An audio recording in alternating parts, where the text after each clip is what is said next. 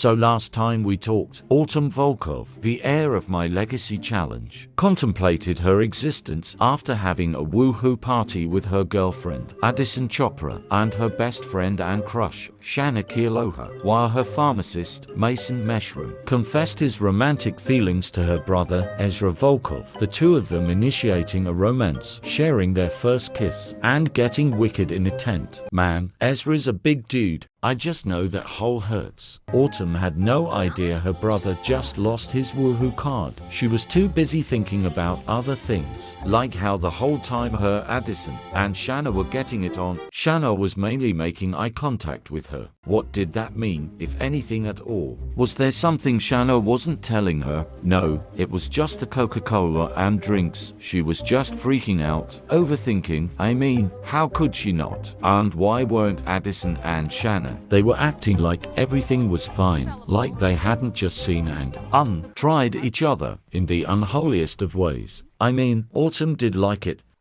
Like a lot. Was she replaying it in her head over and over again? Yes. Did she want to do it again? Well, yeah, no, she didn't. Because her and Shanna are supposed to be friends, and her and Addison were girlfriends and were deeply in love. Right?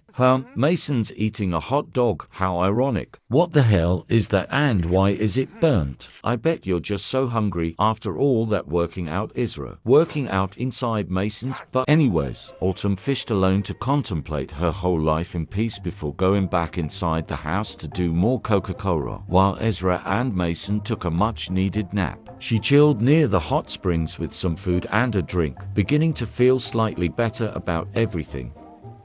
Until Shanna sat her happy ass next to Autumn. She couldn't do this. She couldn't be around Shanna. But that was too bad, because Shanna invited everyone to come outside and share spooky stories. Autumn smiled through the discomfort while Shanna began telling one of her stories. But Autumn didn't bother listening. She was too mesmerized by Shanna to even process what she was saying. Oh, for fuck's sake. Who was she kidding? She was lying to herself. And last night was proof. Autumn is in love with Shanna and has been for a very long time. She loved Addison, yes, but she wasn't in love with Addison. She never was. Addison was a distraction. Someone to make her feel better when all she wanted to do was shrivel up and cry in a ball after Jacob's death. She was a distraction from who actually has her heart, which is Shanna Kealoha. No medication could match up to how Shanna made her feel, though she was in deep and didn't know if she'd ever be able to live without them. She's an addict, but Shanna could be the start. Fuck it, she couldn't keep living the lie. Even if it ends up hurting Addison, even if Shanna doesn't feel the same and their friendship is ruined forever. She has to tell her everything.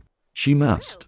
They went down to the cellar, out of all places, and Autumn let it out. Shanna didn't react the way Autumn had hoped. She was upset, really upset. She wasn't expecting this at all. But once Autumn began to cry on her, regretting everything she'd just told her, Shanna reassured her that it was all okay. And she had felt the same too. Shanna was also in love with Autumn. Oh my God. Autumn felt insanely relieved. The weight that had been on her shoulders for years had finally been lifted, though she knew she was going to feel guilty and didn't know how exactly she was going to break it off with Addison. She decided she would worry about it after she finished making sweet woohoo to her best friend, crush, love of her life, and now girlfriend, Shanna Kealoha.